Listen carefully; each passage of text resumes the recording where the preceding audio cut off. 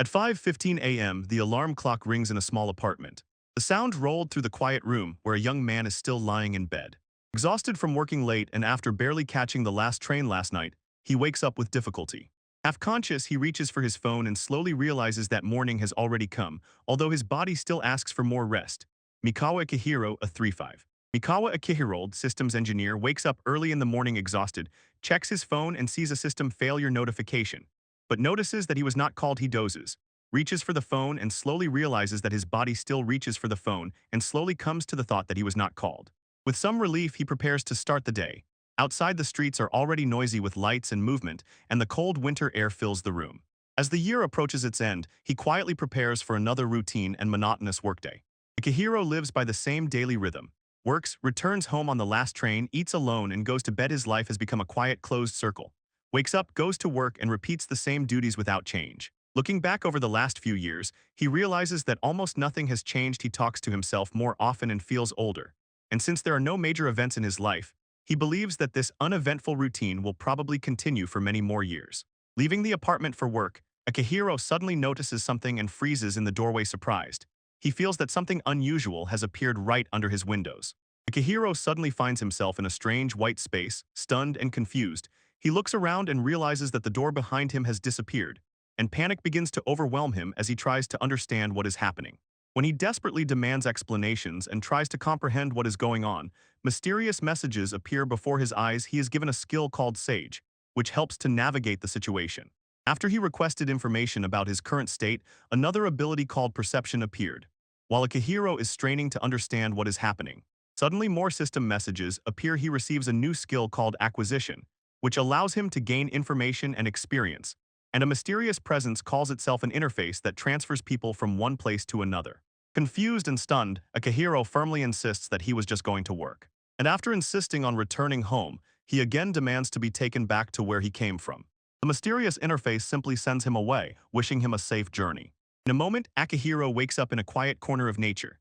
The air is filled with the smell of earth, the rustle of the forest envelops him, and the familiar atmosphere brings back memories of the mountains where he once went with his grandfather in childhood, evoking a wave of nostalgia. Childhood memories of Akihiro surface. He recalls going to the mountains with his grandfather, who taught him how to survive in the wild. Together they hunted animals, prepared food, and splashed in the river. Young Akihiro admired his grandfather's skill and eagerly listened, as the old man once promised to teach him everything. And warm memories fill him with tender longing as he recalls those peaceful moments of the past. Akihiro slowly wakes up lying on the grass. His body aches, and he realizes he is no longer in his room. He remembers that today is a weekday and he has a meeting at work. Suddenly, he is gripped by panic and jumps to his feet, but looking around, he finds himself among trees and nature, confused and embarrassed. He begins to ask himself where he has ended up. Realizing he is already late for work, Akihiro initially worries about his perfect attendance, but very quickly understands that this is the least of his problems. Looking around, he sees only trees stretching in all directions, and embarrassed by why he ended up in such a place, he begins to search the surroundings, hoping to find houses or shops. From a rocky outcrop, he surveys the environment and decides to move forward to find out where he is. Reaching the summit, Akihiro gazes into the endless wild terrain stretching into the distance. Around there are no houses, no roads, no signs of civilization, absolutely nothing. Realizing that he is probably no longer in Japan, he begins to think logically about survival. There is no shelter around, so he understands he must quickly obtain food and water and be cautious, because the forest may hide dangerous creatures. Calming down, he decides to carefully assess the situation before taking the next step. Akihiro looked into his bag and found a lighter, a charger, and a small portable toolkit. And from what he had, he decided to make simple devices that could serve as weapons if needed. Although he feels completely unprepared for survival, he forces himself to act and makes a rough spear from a branch. Even a simple stick is better than nothing, so he carefully listens to the forest around him. As he moves through the grass, Akihiro suddenly notices a snake nearby. It looks like the green one he once knew, but there is something different about it. When the snake spat poison, he reacted instantly, took the pickaxe from the toolkit and struck back, understanding that the creature is dangerous and must be approached carefully. Barely dodging the snake's attack, Akihiro still defeated it, and as he examined the creature, a strange bright figure appeared before him. The entity introduced itself as the sage, his guide in this world, said it came to help, and in a moment another message appeared. The skill Stealth passed to him from the fallen creature. Akihiro introduced himself and immediately began asking about the strange abilities he had just received. The guide explains that upon entering this world, he was given 3 main skills: Sage, perception, and acquisition. And it also turned out that the ability to hide he got from the creature he defeated. Besides these main skills, he can hone various sub-skills by gaining experience while surviving in this new world. The manual explains that stealth is a skill that allows a Akihiro to hide, shielding himself from others' gazes, but most skills only start working at higher levels after training. Realizing that mastering it will take time, Akihiro slowly comes to terms with this. Looking around at the unfamiliar landscape, he finally understands that he is not just far from home. Reality strikes. He has ended up in a completely different world and it overwhelms him. He is on the verge of tears. Akihiro asks Seiji if the snake he defeated can be safely eaten. Following the guide's advice, he activates the perception skill and carefully examines it. The skill confirms that the creature is edible, and sighing with relief, he prepares the meat and notices that it even smells strangely pleasant. And encouraged by the result, he realizes that new skills can become a real salvation in this unfamiliar world. Having prepared the snake, Akihiro eats it and immediately feels that the taste very much resembles eel. Grateful for the food, he decides to continue wandering the forest in search of water and a safe place to rest. Moving through the area, he notices a trap loop hidden among the leaves. This discovery indicates that intelligent beings are nearby, and realizing that an encounter with them could happen at any moment, he thinks to first prepare proper weapons, hoping that whoever set the trap is friendly. Akihiro gathers stones that are easy to shape. He makes a simple stone axe, and while working, he notices a river nearby, understanding that it could become a reliable source of water. Having finished the axe, he feels a bit safer and decides to make a spear with a sharp tip next. Just as he is about to continue, a noise suddenly comes from the forest, attracting his attention. When a loud scream comes from the forest, Akihiro rushes to the place where he previously noticed the trap. Upon arrival, he sees a huge wild boar stuck in the trap. Watching the scene, Akihiro notices another person nearby and realizes that he is not alone in this strange place. Approaching closer, he sees that a young girl is standing by the boar in the trap. She is tightly gripping an axe and is already ready to handle the animal on her own. Watching from afar, he marvels at her appearance and determination, and at the same time feels curiosity and slight excitement about what she will do next. The girl stands before the captured boar, tightly gripping her weapon and preparing to strike. Watching nearby, Akihiro realizes that her tiny attempts are not enough to bring down such a huge animal. When the boar suddenly lunges at her, he instantly throws his axe at the beast, trying to help before it attacks her. Cornered, the boar suddenly charges at the girl, forcing her to jump back in fright just as the attack is about to reach her. The axe thrown by Akihiro hits the boar, stopping its charge, and the beast collapses to the ground. The surprised girl looks at the fallen animal and realizes someone nearby intervened at the crucial moment. Akihiro rushed forward and stood between the girl and the boar. Clenching his weapon, he warns her to retreat, preparing to face the beast himself, while the girl, still on the ground and surprised by his sudden appearance, watches as he positions himself between her and danger to protect her. Standing face to face with the massive boar, Akihiro understands there is no turning back. Even a normal boar would be dangerous, and this giant seems much scarier, but he has already stepped forward. Looking closely, he notices that the front leg he struck with the axe is injured. The wound prevents the beast from fully bearing weight on it, so it moves slower. Sensing this tiny advantage, Akihiro prepares. He knows if the boar's tusks hit him, the fight will be over. Taking advantage of the boar's injured leg, Akihiro lunges forward while the beast stumbles.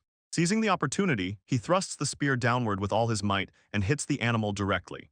The strike lands firmly and the passage collapses, exhausted but relieved. Akihiro realizes that he has managed to bring down the huge creature. The boar finally falls after the decisive blow. Breathing heavily, Akihiro steps back, sighing with relief he survived the fight. While the creature lies motionless, another system message appears before him. The boar's skill bravery has been transferred to him. After the battle, Akihiro exhales and realizes with horror how close he was to death. He understands that if he had not prepared his weapon earlier, he would not have survived, so he resolutely decides. In this new world, he needs to improve his combat skills.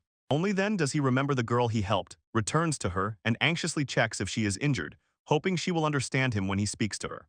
To show that he does not want to harm her, Akihiro slowly lays his weapon on the ground, raises his hands, and kneels before the girl, adopting a completely defenseless posture to prove he is not an enemy. The girl looks at him attentively, surprised by his sudden gesture. When Akihiro kneels with raised hands, a message about language recognition synchronization appears on the screen, and to his surprise, he suddenly begins to understand the girl. She assures him that she is not injured and thanks him for the rescue. Hearing that she is safe, Akihiro sighs with relief. Finally, they can talk. When the girl sees Akihiro kneeling with raised hands and his thrown-down weapon, her cheeks instantly blush, and she becomes confused in her culture. Such a gesture is considered the highest expression of respect. It is often perceived as a marriage proposal. Convinced that he has proposed to her, she shyly says she accepts. Akihiro stood completely bewildered, not understanding how everything turned into such a misunderstanding. The girl explains that in her culture, kneeling with both hands raised and dropping all weapons is the highest expression of respect between a man and a woman. It symbolized a marriage proposal. Akihiro's gesture was misunderstood. She shyly accepts what she believes is his proposal, and Akihiro freezes in shock, realizing that his attempt to show peace turned into an unexpected engagement in this unfamiliar world. Still on his knees, Akihiro suddenly understands that his gesture was accidentally taken as a proposal of hand and heart. The girl quietly asks him to take care of her and affectionately calls him darling, while Akihiro, embarrassed and confused by this surprise, can only guess what to do next. Not knowing the customs of this world, 35-year-old Akihiro Mikawa, having saved the girl, accidentally makes a proposal. Realizing the misunderstanding, he feels that his fate may already be decided. The girl joyfully welcomes him and invites him to her village. Having no better choice, Akihiro decides to go along for now, thinking that the misunderstanding is better clarified later, and for now to head to the place where other people live. The girl cheerfully introduces herself as Lizisha, a 15-year-old student hunter. Hearing her age, Akihiro is immediately shocked. He realizes that he inadvertently proposed to someone 20 years younger and still a minor, and panics in horror over this misunderstanding. Lizisha says that in her world, at 15 years old, one is already considered an adult able to live independently and even marry. Hearing this, Akihiro breathes a sigh of relief. The matter turned out to be not as serious as he initially thought, and he is embarrassed by this misunderstanding. He hurriedly apologizes and awkwardly introduces himself, saying his name is Akihiro Meikawa.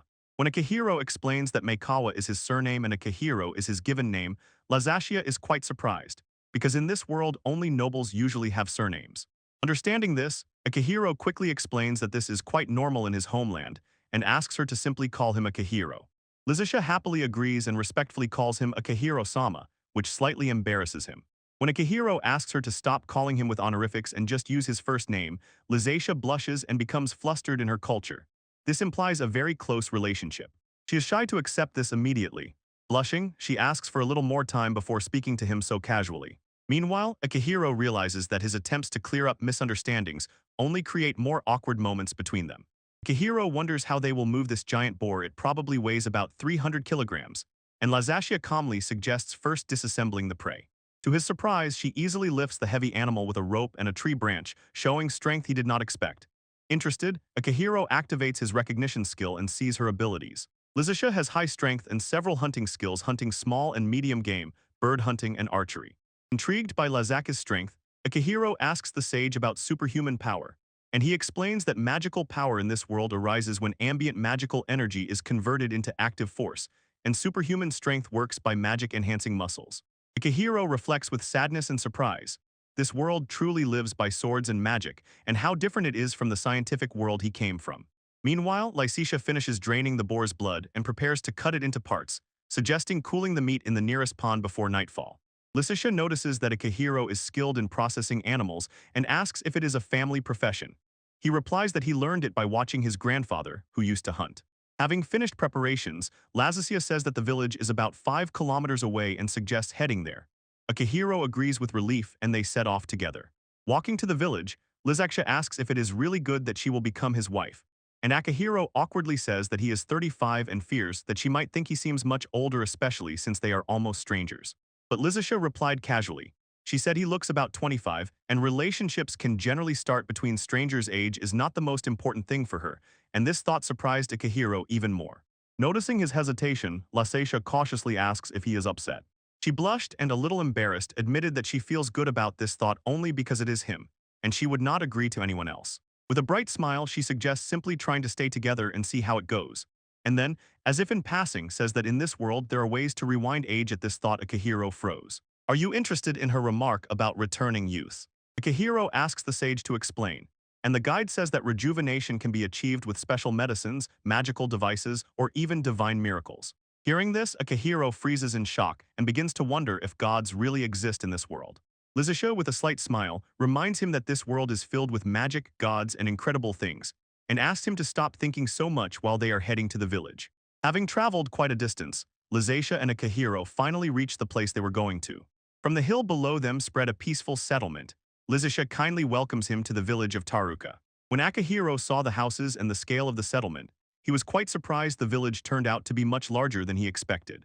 When evening comes, Lizaxia asks Akihiro to spend the night at her place. Embarrassed, he apologizes and says he has no money for lodging, but she insists, reminding him that he saved her life. When they arrive at her house, Lasatia called her father. He met her at the door, greeted her, asked how it went with the trap, and immediately noticed the unfamiliar guest behind her. Lasatia introduces Akihiro to her father, and with a catch in her voice, explains that he was the one who saved her during the boar attack. But she, as if it were meant to be, even adds that Akihiro is the very man who proposed to her. Hearing this, her father and Akihiro exchanged glances. An unexpected statement hung in the air, and the tension from it became palpable. Akihiro instantly apologizes for the confusion and politely introduces himself. A sharp awkwardness froze in the air, especially after Lizisha's sudden announcement. Her father, as requested, introduced himself and calmly said he would like Akihiro to come inside so they could properly talk about what happened. Akihiro follows him and nervously wonders if he is about to get into serious trouble. Inside the house, Akihiro is poured a cup of herbal tea. Everyone settles down to talk. He praises the pleasant taste and relaxes a bit, and Lizasia's mother, Tisna, warmly introduces herself. Meanwhile, asks Lasatia to explain what happened, confessing that he still doesn't understand any of it. Lizasia enthusiastically recounts that a giant boar was caught in a trap in the forest. It almost threw her aside, and when it seemed all was lost, suddenly Akihiro appeared and with one powerful strike defeated the monster. She dramatically continues the story. After he felled the beast, Akihiro threw his weapon aside, knelt, stood before her, looked into her eyes with determination, and made a proposal. When she, blushing, tells this story, Akihiro understands that her version sounds much more romantic than it really was. After Lizasia's story, her father calmly says that everything is happening too fast, and adds that it's not that he dislikes Akihiro, but he believes that talking about marriage already now is too early, just because he saved her. Akihiro quickly agreed with him, feeling relieved finally someone sees it the same way. But after looking a little closer, Lizasia's father admits, Akihiro seems like a decent and capable person. To explain the situation to himself, the father imagines, probably Akihiro is a nobleman who, torn between family pressure and his heart, in a fit of passion fell in love with Lizasia and proposed to her. Blushing from embarrassment over the exaggerated story, Akihiro instantly denies it and insists that he is not a nobleman and not a person of high status. He explains that in his world he worked as an accountant in a trading company and understands that his real past here is unlikely to be understood by anyone. Akihiro says that that morning when he was simply going to work, suddenly light surrounded him and transported him to an enchanted forest, and listens attentively, and looking closely at his clothes, notes how skillfully the fabric is made. Lizasia also says enchantedly, the material is incredibly soft and unlike anything she has ever seen. Akihiro honestly admits that he has no idea how such fabric is made in this world, and Lizasia's mother apologizes for examining his clothes so closely and explains. She is a weaver, so she was interested in this unusual fabric.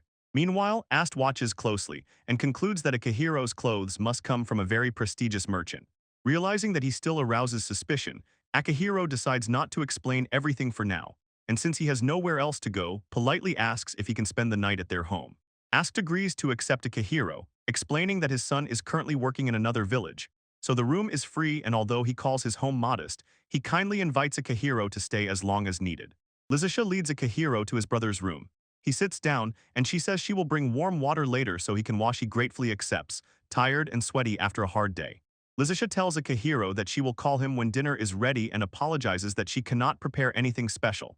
Grateful for her kindness, he sincerely thanks her before she leaves the room. Left alone, Akihiro leans back on the bed and reflects on this strange day. Looking at his hands, he notices that the marks from earlier have disappeared, and the thought of the accidental marriage proposal flashed through his mind again. That night, Akihiro looked at the quiet sky and thought about everything that had happened. He had always believed that stories about suddenly ending up in another world were just fabrications, but now he himself found himself in such a story. Nearby, Lizasia cheerfully hummed, and Akihiro silently contemplated the strange new life that had just begun for him. The next morning, Lizasia prepares breakfast, and Akihiro sits at the table in borrowed clothes. She asks if he wants to work. Akihiro, eager to support himself, says he can no longer live here for free and must somehow earn money, so he asks if there is any work in the village for him. That morning, Asus suggested Akihiro register with the Adventurers Guild if he wants to start working. During the conversation, explains that Lasatia went hunting alone the day before because his back was bothering him. Lazadia confirmed that she is still an apprentice and continues to learn hunting skills under her father's supervision. And when this was clarified, Akihiro suggested applying to the Adventurers Guild as the next step in finding work in this new world. Explains that the Adventurers Guild is a place that organizes a wide variety of jobs and advises Akihiro to register there first. Lysaxia then offers to show him around the village. When they go out, someone jokingly says that both already look like newlyweds, making Akihiro blush, while Lysithia happily walks ahead showing him the way. Akihiro prepares to go to the Adventurers Guild, dressed in clothes borrowed from Laj's brother.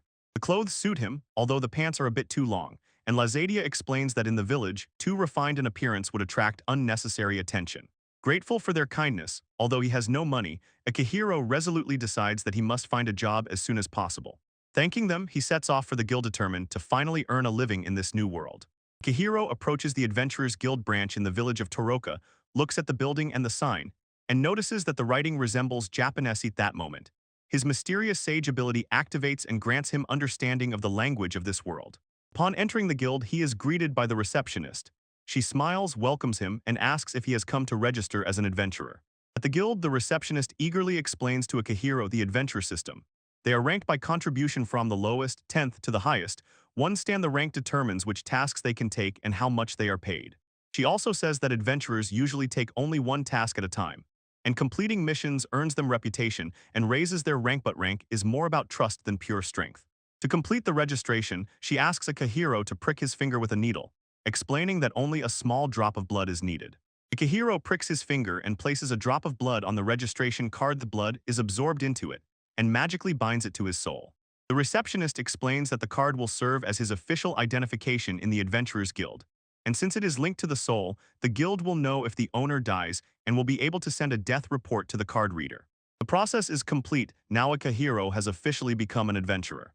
As a newcomer, Akihiro approaches the person at the guild counter and asks for advice on a suitable job. She expresses a simple request. He was sent to collect a plant called wheeze grass. Following the instructions, Akihiro sets off to the neighboring field. Armed with knowledge and a keen eye, he combs through the tall grass until he finally recognizes the needed plant and prepares to pick it. Akihiro takes an urgent order from the Alchemists Guild to collect 5 stalks of wheeze grass. The reward is higher than usual, but the receptionist warns, in the nearby forest monster nests. Although the threat is considered low, it is advised to still carry proper equipment. In these parts, horned rabbits and goblins are most commonly encountered. Although they seem weak in the game, Akihiro does not underestimate them. In real combat with them, it would still be dangerous. So before setting out to fulfill the request, he borrows a simple tool that can become a weapon. Relying on his recognition skill, Akihiro combs the field in search of wheeze grass. Confident he will not make a mistake, he decides to gather much more than needed, a full 100 stalks, to quickly complete the task. While collecting the grass, he involuntarily turns his thoughts to his former life. Just a few days ago, he was sitting at a desk working on a computer. He cannot stop thinking about how his company is doing without him, but convinces himself that the business will work quite well even without him. When he was gathering wheeze grass, Akihiro again plunged into memories of his past life. How he was constantly busy with work and noticed nothing around him. Because of this, his marriage slowly fell apart and 2 years ago ended in divorce, and considering himself guilty, he buried himself even deeper in work, hiding in it from loneliness. When Akihiro collects wheatgrass, he recalls Lysatia's confession and realizes that her words touched him more than he expected. Although this proposal began with a misunderstanding, the fact that he was accepted still stunned him. He quickly pushed these thoughts aside, deciding that romance and marriage could wait. Refocusing on the task, he tirelessly gathered plants until he finally collected 100 stems of wheeze grass. Having gathered the grass, Akihiro sits down. His back ached from bending over for so long while collecting plants, so he decides to rest a bit before returning to the guild. Lying in the tall grass, he suddenly caught some movement nearby. Realizing that something was approaching, he instantly became alert. There was an animal nearby. Lying in the grass, Akihiro suddenly felt a presence nearby. It turned out to be a goblin wandering through the tall grass with a crude weapon in hand, as if searching for something. Hiding quietly, Akihiro watches and cannot tell if the goblin has noticed him. Realizing that he might soon be discovered, he decides to act first. Carefully circling the monster from behind, he prepares to get closer and strike before the goblin can react. Akihiro quietly sneaks up behind the goblin and suddenly attacks. Swinging his improvised weapon with all his strength, he strikes the monster in the back. The goblin staggers from the blow, but Akihiro does not hesitate. Instinct takes over. He immediately delivers another powerful strike, determined to finish the fight before the creature can recover. After defeating the goblin, Akihiro witnessed a strange phenomenon. A glow rose from the monster's body, transferring some of its abilities to him, granting the goblin's spear technique and a bit of alertness. Recalling the guild's instructions, a memory surfaced. Proof of subduing goblins is their nose. Although the task is unpleasant, he prepares with a heavy heart to cut it off to bring to the guild as proof. Akihiro returns to the Adventurers Guild and proudly presents Wee's grass along with proof that he defeated the goblin. While he waits inside the quiet guild hall, the staff begin the inspection. After the evaluation, the receptionist announced the reward. He was paid for the goblin and for 20 bundles of YS grass, a total of 18,000 war. The guild staff explained that Wee's grass is used in medicinal ointments. They are vital because many simply cannot afford injuries without them. Supplies were dwindling, so Akihiro's delivery became a real salvation. Having received payment, Akihiro leaves the guild satisfied. A direct thank you for his work gives him a strong sense of achievement, something he had almost never felt before. When Akihiro returns home, Lazacia greets him joyfully. Surprised that they are already home, he greets them as well. Ast explains that day both he and Lazacia each caught something. Meanwhile, Lazacia's mother is preparing dinner from the catch, although she usually does not like to cook. During dinner, Ast asked Akihiro how his first day at the guild went, and he told that he gathered 20 bundles of Wee's grass and defeated a goblin, earning a total of 18,000 war. Ast was impressed. He noted that most people barely manage 2 to 3 packets a day. Akihiro explains that his success is due to his ability to recognize. Since his income is still unstable, Akihiro politely asks if he can continue living with him until he reaches the 9th rank, and without hesitation asks for steps. Ast told Akihiro that he can temporarily stay and live in his brother's room. The brother will not return for another month. He explained that the brother was covering at work because a hunter from a neighboring village was injured, and Akihiro accepted their hospitality with relief. Soon Lazacia calls everyone to the table. Dinner is finally ready. During dinner, Akihiro enjoys the dish and sincerely praises it, especially the tender meatballs and the wonderful seasoning, and Lazacia happily accepts the compliment. She is glad that he likes her food. Her mother jokes that Lazacia tried especially hard with Akihiro's arrival and she blushes. But despite the playful teasing, the warm and cheerful atmosphere remains, and they happily enjoy dinner together. During dinner, the conversation turned to strange rumors about huge footprints in the forest. Some are convinced it's a goblin. Others joke that it might even be some kind of Bigfoot. While Akihiro listens to this lively discussion, he remembers how much time has passed since he last said "I'm home," and truly heard a greeting. Although this world is foreign to him and the future unknown, the warmth of this moment calms him. For now, he decides to focus on moving forward. And from the next day, he plans to rise to the 9th rank of adventurer. The next day, Akihiro went outside and began to train hard near the house. He trains with a wooden stick, swinging it again and again, trying to become stronger and more skillful in combat. But he quickly becomes exhausted. With bitter realization, he understands how much endurance he has lost over the years. Although during his student years, he diligently practiced kendo, his body weakened from neglect and long hours at the desk. Seeing how exhausted Akihiro is after training, Ast warns that endurance is key in real fights. Long battles become dangerous without enough strength, and concerned for his safety, he advises not only training but also praying for divine protection to avoid injury. Interested, Akihiro asks about this and learns that in this world people pray in church to receive the blessings of the gods. The idea strikes him. He considers going there. Lazacia notices his interest and asks if he plans to go, and after asking for advice, Akihiro decides to visit the church. Having asked the peasants for directions, he finally found himself in front of a large stone building. Looking up, he understood this must be the village church, the place where people come to pray to the gods for protection and blessing. Akihiro steps into the village church, and a nun greets him with a warm smile. He admits that he is praying for the first time and asks her to teach him how to properly worship. The nun kindly agrees and leads him inside, explaining that the church is a place where people thank the true God, and adds that children are often brought here to learn to read and count. So the church in the village also serves as a school. In the church, the nun asks Akihiro not to rush with his prayer and says she will wait in another room, so he, obeying, kneels before the altar. He raises both hands, closes his eyes, and begins to pray, and at that moment he notices that this posture strangely resembles the one he once used when making a proposal, and he wonders if this gesture originates from a similar prayer. While praying in the church, Akihiro suddenly hears strange messages from his ability. A warning appears: a critical error has occurred, an unknown system is disabled, and he looks around confused, not understanding what is happening. He tries to comprehend what is going on, and at that moment a mysterious voice, laughing and reacting excitedly, repeatedly exclaims that this is interesting, enchanted by what it has just discovered. As Akihiro continues to pray, a strange excitement from his sage power suddenly leads to an unexpected encounter. Before him appears a mysterious figure elegantly dressed, with a playful and theatrical charm. The man warmly welcomes Akihiro, inviting him into this world and introducing himself as Shell, a being who says he governs pleasure.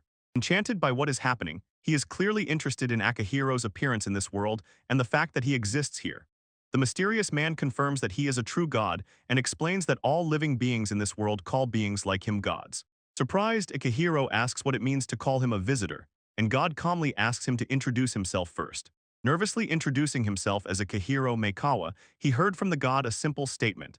I will call you simply Akihiro, this name suits what lies ahead. Shell says that Akihiro is a visitor, the first guest who came into this world from beyond its boundaries. According to him, there are countless worlds, each existing independently and governed by its own gods. Stunned by the explanation, Akihiro barely manages to grasp the idea of multiple worlds and divine rulers, and gradually loses track of what Shelley is saying. Seeing that Akihiro is confused, Shell decides to explain everything in simple words that Akihiro will understand. He says that the universe can be imagined as a network composed of many independent servers. Each world exists like its own server, and the people in it are just terminals connected to it. The gods behave like administrators. They control and manage the programs running in each world. Shell continues to explain that Akihiro somehow crossed the closed network between worlds and connected to the system governed by the gods. Amused by this unusual situation, he finds this phenomenon very interesting. Thinking from a technical point of view, Akihiro wonders if such an event should have left at least some trace in the system. When he asks about this, Shell discovered something unexpected. It seems these records were altered, someone interfered with the system. Akihiro ponders whether there is some force that oversees even the gods, like an administrator. Shell confirms this and explains. The administrator is an entity of a higher order above the gods who builds the framework of each world. Understanding this, Akihiro asks an important question. If such an administrator exists, why did he even connect him to this world? Shell says that they have already contacted those who manage the system through tampered records, but have not yet received a response. He jokes that their support service is terrible. Then he explains Akihiro's abilities. The skill Sage works like a voice chat support that provides information, recognition functions like a browser with a screen reader, and acquisition grants administrative power that allows him to obtain other skills. Shell notes that such abilities are usually not found among the inhabitants of this world. Shell explains that the administrator's intentions are still a mystery, but the gods still accept Akihiro into this world. And although Akihiro is worried because as a terminal he has abilities similar to forbidden programs, which could cause problems, Shell reassures him he already knows about this. When Akihiro asks if it is possible to return to his native world, Shell says that as soon as they manage to contact the administrator, the gods will act on his behalf and negotiate if he wants to return. While the gods will watch over him as a new inhabitant of the world, Shell warns. Living there without basic skills will be difficult, so they plan to give Akihiro several gifts to help him survive. Shell says that he looks forward to their next meeting and blesses Akihiro with happiness as a new inhabitant of this world. While speaking, he extends his hand and touches his head, completing the presentation of the promised gifts. In a moment, Shell disappears, leaving Akihiro alone in the church. Soon the system connected to Akihiro comes back to life. The Sage interface reports that the connection is confirmed, work is resumed, and the previous critical error is fixed. When Shell disappears, Akihiro remains alone, confused by everything that just happened. Information overwhelmed him like an avalanche, so he decides to organize his thoughts. The screen lit up with several new notifications. The system confirmed that the conditions for acquiring skills were met, and new abilities were added: prayer, formula control, attribute control, and control window. Realizing that these are probably gifts from the gods, Akihiro began to wonder what they mean, since the description of prayer hinted that this skill allows one to address the gods and receive divine revelations. Interested in this ability, Akihiro sits outside near the church, still stunned by what happened, and decides to try it. He asks the wise system what exactly the prayer skill does. System messages show that several new skills are integrated: prayer, formula control, attribute control, and control window, and realizing these are his gifts, he begins to analyze them. He learns that the prayer skill allows one to address the gods and receive their divine revelations. Interested in whether it really works, Akihiro decides to test it. And to his surprise, the connection is instantly established. The god answers his call. This shocks him. He was just going to experiment with this skill. Embarrassed, he quickly apologizes for addressing God so casually. The goddess answered calmly and casually, introduced herself as Valda, the one who governs abundance, and added that if Akihiro ever needed anything, he could simply call her again. Although the brief conversation somewhat stunned Akihiro, he understood that the skill of prayer truly allows direct communication with the gods. Akihiro reviewed the new abilities he had gained and asked the Sage system about formula control. The system explained that this skill transforms mana particles into magical power, and then forms ordered formulas from this power, which are used to cast magic. Hearing this, Akihiro rejoiced because it meant that he could finally use magic in this world, and immediately asked about attribute control. The system explained, magical power created through formula control transforms into a fundamental magical substance, the basic element of magic. For Akihiro, the wind element was added, so he can now use wind magic, but the system clarified that elemental control skills are relatively easy to master later. If he studies and trains diligently, Akihiro will eventually be able to master other elements as well. Akihiro contemplates everything he has learned. Although returning to his native world is impossible now, the thought that it might happen someday comforts him. Having found himself in another world, he decides to devote himself to studying magic, and full of determination to move forward, plans to return home and inquire where it can be mastered. But he quickly realizes that, first of all, he needs to train his body, which has weakened over years of office work. During the meal, Akihiro asks if there is a place where he could study magic. Others mention a mage who tinkers with magical tools in the general store. They say that behind the shop there is a magical instrument stall run by that mage. Perhaps he will agree to teach Akihiro. Hearing this, Akihiro decides to visit there the same day. Akihiro sets off to the shop in search of the mage who could teach him magic, and Lycetia insists on going with him and asks him to train properly with ASD. Arriving at the shop, Akihiro goes inside and with fervent desire asks about the mage. Says he wants to study magic. The shopkeeper warmly welcomes him and listens attentively to his request. The seller leads Akihiro to the back room where the mage works. Inside, the mage greets him and asks what he needs. Akihiro said he heard that it is there one can learn magic, and this caught the mage's attention. He recognized a potential new student in him. Looking more closely, the mage notices Akihiro seems to have already awakened control over spell formulas and immediately asks where he learned such an ability. Akihiro explained that he never seriously studied magic, and his ability to control spell formulas awakened by itself after the blessing of the god who watches over magical formulas. The mage smiled interestedly and said that mastering this skill is simply a matter of constant practice. When asked what his element was, Akihiro confidently replied that he believes it is wind. The mage then introduced himself as Bastia, and Akihiro responded by giving his name. Interested, Bastia begins to ask Akihiro about his magical power to better understand what he is capable of. Bastia says that wind magic is not his element, but still demonstrates it so that Akihiro can observe. He carefully composes a spell, setting the character of the wind, its pressure, and shape. He forms a small sphere of compressed wind above his palm and launches it forward. Akihiro watches in awe as the air gathers and spins like a swirling ball of wind. Bastia releases the wind spell. The compressed sphere bursts forward and strikes the target with force, and Akihiro watches in admiration. Stunned by the power of the technique, Bastia then explains the basics of the spell formula. First, the wizard chooses which property to use, then imagines how to apply it. Next, sees in his mind the shape the magic will take, and finally decides where the spell will appear before launching it. Bastia continues to explain. As soon as the mage clearly imagines the attribute, its application, shape, and position without any contradictions, the spell activates at the very moment the command is given. He says that the last step is to imagine how the magic will move, and adds that reading the spell aloud is not necessary. Speaking it simply helps to keep this image in the wizard's mind. After the explanations, Bastia asks Akihiro to imagine the magic hitting the target, and invites him to try casting the spell on his own, and Akihiro eagerly agrees. Following Bastia's instructions, Akihiro carefully imagines the spell. He chooses wind as the attribute, sets the pressure, and draws a small cone in his mind, fixing it just in front of his finger and firmly holding the image in his head. As soon as everything becomes clear, he directs the magic forward at full speed and performs the spell. Akihiro releases the spell, and the wind projectile rushes forward, hitting the target with unexpected force. Bastia is shocked by the result and quickly tries to stop him. Immediately after the spell, Akihiro feels dizzy and starts to feel nauseous. Bastia rushes over, notices that it was his first attempt, and is stunned by the power of the magic. Wind magic usually pushes or strikes the enemy, not producing such a precise and powerful blow. Bastia feels that Akihiro squeezed the wind too hard. When setting the pressure, he is not yet used to controlling mana. Excess energy bounces back and causes dizziness. Akihiro asks if he can cast the spell again and again, but Bastia advises not to do so for now, although he admits that the result is impressive for a first try. He also warns, if the spell had hit someone in the head, the compressed wind could have caused serious damage. But over time, as Akihiro masters the magic better, the recoil and side effects will gradually subside. Akihiro asks about multi-formulas, and Bastia replies that such techniques exist, but they are still too complicated for him. He is only learning the basics. To demonstrate, Bastia shows an example of a spell. He controls the earth element, determines the mass and shape of each stone, and arranges several stones in a circle above his palm. The stones shoot forward at a furious speed and in a moment turn back into mana, and Akihiro, watching the spell, is stunned. Several stones appear and move exactly as Bastia described.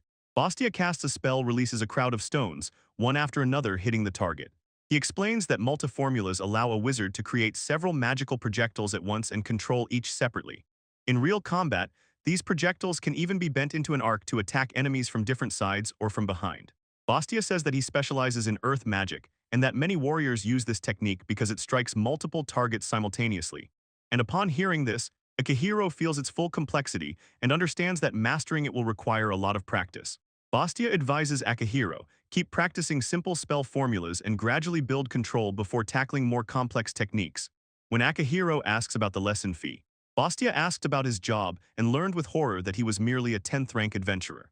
Seeing that he was still a novice, Bastia did not charge him yet, asked Akihiro to come when he was free, and as soon as he reached the 8th rank he would start charging for real lessons. Akihiro, filled with gratitude, thanked him and promised to return.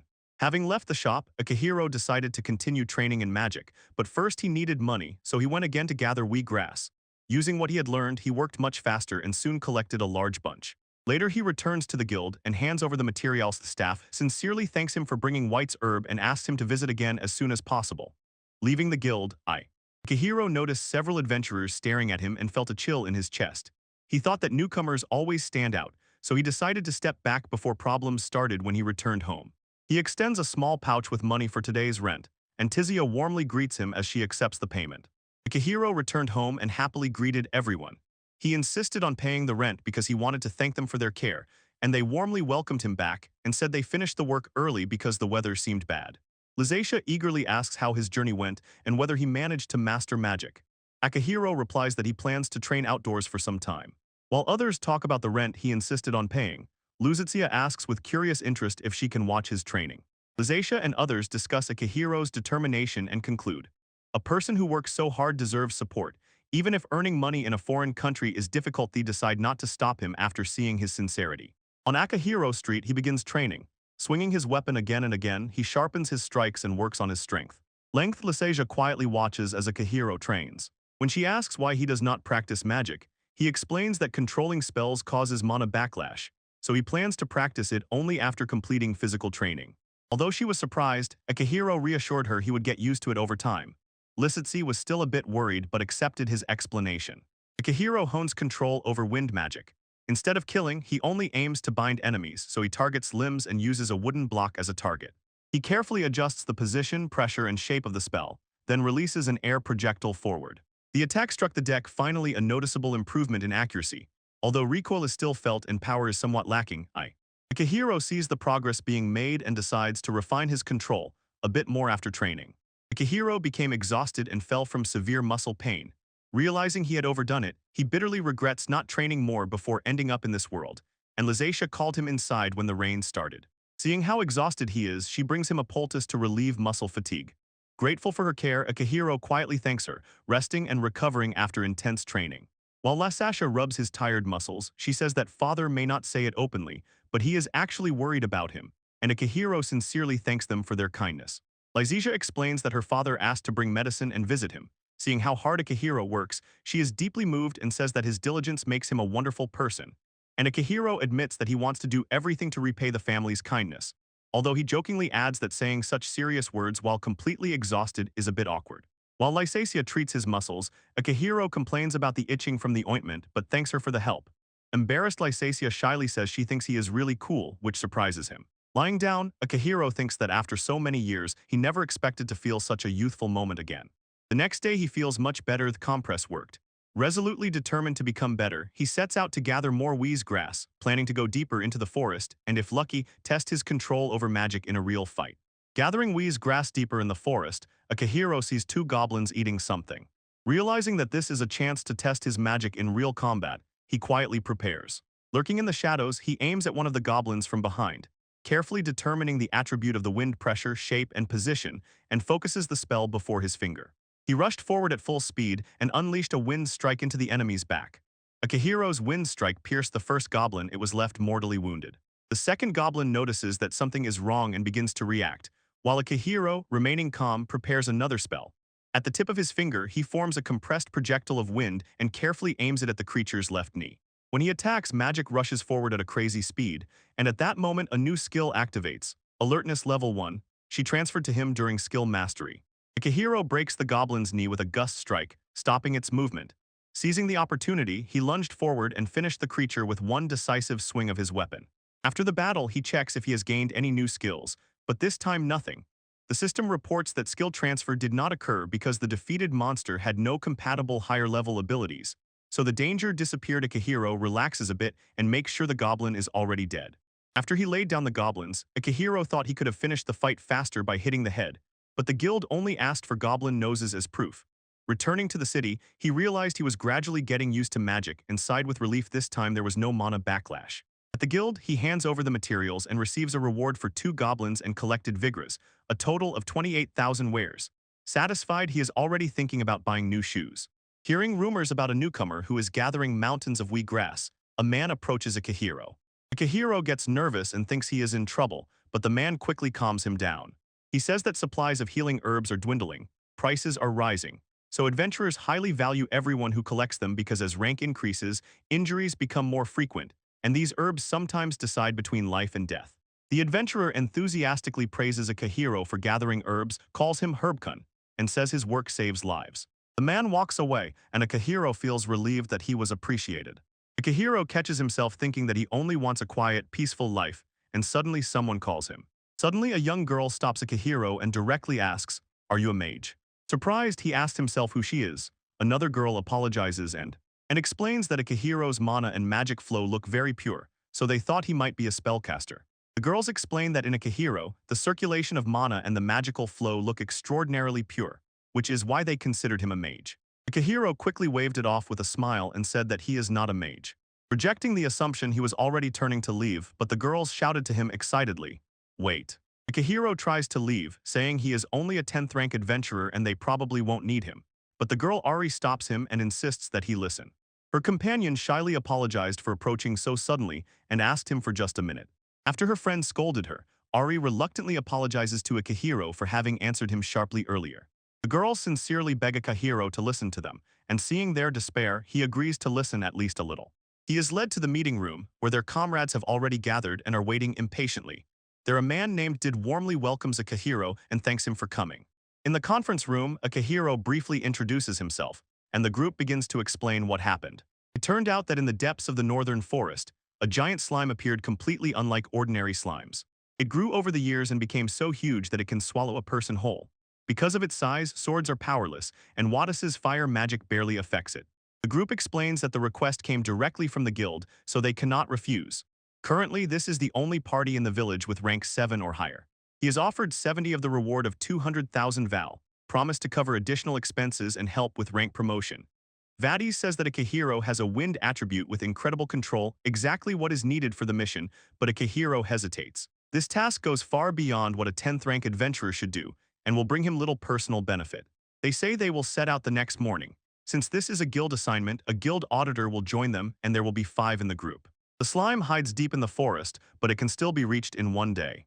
Deed warns, if left alone, the giant slime will absorb everything, decay and multiply until it destroys the local ecosystem. Realizing that this could affect the village and nearby work, Akihiro hesitates but begins to think about helping.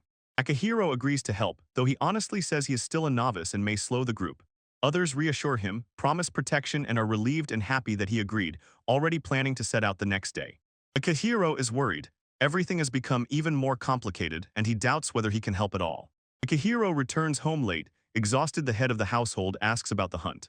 Akihiro explained that after a heavy rain it was difficult to get through the forest, and there was almost no prey left. Seeing blood on Akihiro's machete, the man smiled and joked that chopping must have tired him, and Akihiro only said he would sharpen the blade before dinner and that he was fine. At dinner, Akihiro mentioned the mission against the giant slime, and the family froze. They only now realized that it was a dangerous task. Usually this is only within the power of 7th rank adventurers, even when the guild backs them up. Slimes are usually harmless, but the one in the depths of the forest is completely different. Akihiro admits that the monsters are still dangerous, and a girl grimaces with disdain and says, "Huge slimes are disgusting," although she has never seen them. Akihiro says that there will be other adventurers of the 7th rank there, so he hopes that everything will be fine and decides to help. His skills might come in handy, but inside he still feels uneasy. That night, lying in bed with thoughts about the mission, the master simply tells him to be very careful. Lying in bed, Akihiro worries. The thought that he has to go deeper into the dangerous forest to meet an unknown giant slime creature does not give him peace. He recalled recent battles and realized that he had already killed 3 humanoid goblin creatures who had weapons. He is tormented by the thought, in this world he could just as easily have been the one killed. Alone with his thoughts, Akihiro admits that he is afraid. The encounter with the god did not grant him immortality or stunning power, the acquired abilities do not make him invincible at all, and even one spell makes him feel bad. While uncertainty about whether the gods are truly on his side reveals to him the truth about the fragility of his position in this world. Akihiro warmly recalls his past ordinary days with friends, family, work, and simple hobbies. Compared to that peaceful world, his current life is pure danger. Lying awake, he admits the truth. He wants to return. The fear of dying in this world overwhelms him, and he tries with his last strength to control the anxiety rising inside. Engrossed in thoughts, Akihiro does not even notice when Lasasha enters his room. He calls him several times until he finally responds. Worried, she says that she tried to call him, but he did not answer, and she was afraid that he might be unwell. Lizaxia involuntarily grabs Akihiro's hand, quickly apologizes upon noticing this, and seeing that he has woken up, breathes a sigh of relief. She says she was worried. After returning home, his face seemed to darken, and thinking that he was in pain, she by instinct came to check if he was all right, and immediately apologizes for entering his room without permission. Akihiro thanks Lasasha and admits that he was overthinking and gloomy. The conversation with her finally cleared his head. And he realizes that lonely, heavy thoughts would not have let him sleep. He reassures her with relief that it is nothing serious. Lazadia smiles and promises to prepare a delicious dinner, encouraging him for tomorrow, although she quietly admits that she is worried about him. Akihiro understands that simply having a place to return to and people who are waiting gives him a deep sense of peace. Having calmed down, he is already looking forward to tomorrow, jokes with Lizasha about the dish she will prepare, and she happily tells him to wait. The next morning, the man warns Akihiro. The most dangerous in the forest are wolves because they hunt in packs. However, wolves are only 8th rank prey, and there are several 7th rank adventurers in the party, so this is unlikely to be a big problem. He warns Akihiro not to go too deep into the forest and to be careful. After breakfast, Akihiro packs up and sets off. Before leaving, Lizasha anxiously asks Akihiro to be careful and hands him a packed lunch, and when he casually calls her Liz, she blushes in surprise and embarrassment because it is the first time he has called her that. Akihiro laughs and suggests that she no longer call him Akihiro-san, but simply call him Cairo. Lasasha gets confused trying to pronounce his nickname, but in the end, she calls the hero and sincerely wishes him a safe journey. Seeing her effort, Akihiro's mood lifted, and as he left, he realized that strange excitement had displaced his anxiety. Although Akihiro is still afraid, he decides to proceed with the mission. Encouraged, he decides to stay in this world for now and challenge the giant slime. He sets out with renewed determination, and immediately a message appears. Bravery 1 added and integrated into his gathering skill. Soon Deed greets him, ready to start the mission when everyone has gathered. The team prepares to depart, and a guild member named Hardis introduces himself as an auditor who will accompany them during the mission. After brief greetings, the group moves together to the northern forest, where a giant slime awaits them. As the group enters the northern forest, Deed warns that monsters become more numerous there and asks everyone to stay alert as they go deeper into the forest. Walking through the forest, Akihiro asks if the giant slime is still in the same place, and Hardis explains that when slimes grow to such sizes, they hardly move. Akihiro takes out a map and compass to orient himself, thus surprising everyone. Deed was fascinated by this item. Usually he determines direction only by the sun and a watch. As the group was making their way through the forest, suddenly 2 goblins jumped out of the bushes and attacked. Akihiro warns the group, but Deed reacts instantly. He instantly drew his sword, and with a single lightning-fast strike, knocked down the goblins before they could reach them. Akihiro is impressed by Deed's speed. He clearly sees the skill expected of a 7th rank adventurer. Quickly gathering proof of conquest, the group plunged even deeper into the forest. Deed felt the mana density increasing steadily. And the forest around them darkens and becomes increasingly ominous. Groups. Suddenly the group is surrounded by a pack of wolves. Hardis immediately realizes they are surrounded and quickly warns the others. Deed orders everyone to hold back the wolves while Wadis prepares a spell. And as the predators approach, the squad forms a tight defensive wall to cover the sorceress, who is already beginning to whisper the words of the incantation. Wadis finishes the spell and releases the magic. The wolves fall one by one instantly, shocking Akihiro by how quickly the threat disappeared. When asked about the magic, Wadis calmly explains that she cannot perform large-scale magic. Instead, she compressed small balls of fire and pushed them directly into the wolves' mouths, burning their lungs from the inside. Wadis calmly defeats the wolves without damaging their bodies. The materials remain intact. Although outwardly gentle, her methods are extremely ruthless. Deed explains that wolf pelts can be sold, so they will pick them up on the way back. Gathering themselves, the group moves deeper into the forest, knowing that about 2 hours remain to the goal. Hardis reassures Akihiro. It's normal to be nervous. The mission is above his rank. After all, he only recently became an adventurer. He sincerely thanks him for agreeing to help despite everything. Akihiro worries he might not be very useful, but Hardy supports him anyway. Meanwhile, Akihiro quietly notices that Hardest looks so familiar that his face is strangely hard to recall. Hardy's notes that balanced teams like theirs are rare, so this group is reliable both in offense and defense. Deed adds that the three of them are childhood friends from the same village. Hearing this, Akihiro is shocked and jokingly jealous, thinking that Deed was just incredibly lucky to grow up with two beautiful childhood friends. Hardy's quickly fells another monster. The skill of his sword impresses Akihiro. Learning that Hardy's is a guild officer, Akihiro admires his ability even more. When the path is cleared, Hardy's tells the group to move forward to the objective, resolutely. Akihiro resolutely decides to help however he can. After all, they have come this far. The group finally reaches the objective and encounters a giant slime. Its size shocks Akihiro. It is much bigger than he expected. Hardy's confirms. The location matches the report. This huge slime is their target. The group approaches it and it towers nearly 3 meters tall. Akihiro freezes at its size, and Hardy's explains that the slime's weak spot is the core inside its body. If they manage to break the core or remove enough of the surrounding mucus mass, the monster will simply freeze. Akihiro asks Grandpa to throw a stone into the slime to see how it reacts. When the stone hits the slime slowly stretches toward the point of impact. After a moment, it sluggishly returns to its place. It is clear that the monster reacts to the shock, but moves very slowly. Hardy's explains, "We only need the slime core. The outer jelly is unnecessary, but don't break more than needed because some materials can still be restored." Akihiro dares to try to blow off the outer layer of slime, starting with moderate force. He fears that such a large target might exhaust him. Others encourage him while he prepares to make the attempt. Akihiro steps forward to attack the huge slime, but the pressure makes his hands tremble. He blushes from nerves and tries to pull himself together. Realizing that everyone was covering for him so he could act right now, he gathers his willpower and decides, he must do this. Akihiro focusedly imagines his spell, compresses a sphere of wind about 10 centimeters in front of his finger, gives it a spin and forms a narrow pressure cone, and after calculating the force releases the attack at about 700 km/h, roughly half the speed of a pistol bullet. Akihiro carefully aims slightly to the right of the slime core and releases the spell. The wind-compressed projectile rushes forward at a furious speed, pierces the slime's body and explodes inside it, fiercely scattering the jelly-like mass. Akihiro's attack tore the outer body of the slime, scattering the jelly on the ground, but the core remained untouched. And yet the outer body of the slime seemed whole. It was still intact. The slime stops, meaning its activity has ceased. Others enthusiastically praise Akihiro for defeating it on the first try. Having confirmed that the slime was defeated, Akihiro rejoiced for a moment and breathed a sigh of relief. His attack worked. But the strain from using the spell immediately hit him. It causes severe nausea and unbearable headache. While he struggles, Wada supports him and thanks him for going so far for the team. Coming to his senses after the backlash of his spell, Akihiro wonders, did the severe nausea come from the compression and the insane speed of the wind attack? So he decides next time it needs to be well tested and adjusted. Meanwhile, others gather around the remains of the giant slime right by its core. Hardest says that monsters of such size are rare, and Deed adds that the effort was worth it. Hardest promises to consider Akihiro for future requests and reminds him, don't forget, keep the promise to help again. After the battle, the group checks the slime cores and asks if Akihiro is better. He apologizes for making them worry and admits that the spell's backlash was the worst thing he had to endure. And the others were stunned. They had no idea he had such power, and gladly praised him for taking down such a huge monster with one strike.